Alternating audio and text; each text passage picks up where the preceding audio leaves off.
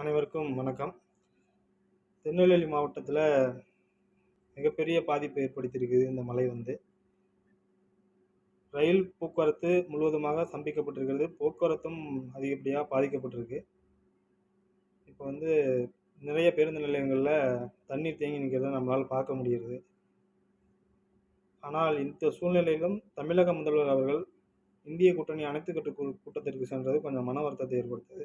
அவங்க வந்து இந்த மாரி சூழ்நிலையில் சென்றிருக்க வேண்டாம்னு நினைக்கிறேன் நான்.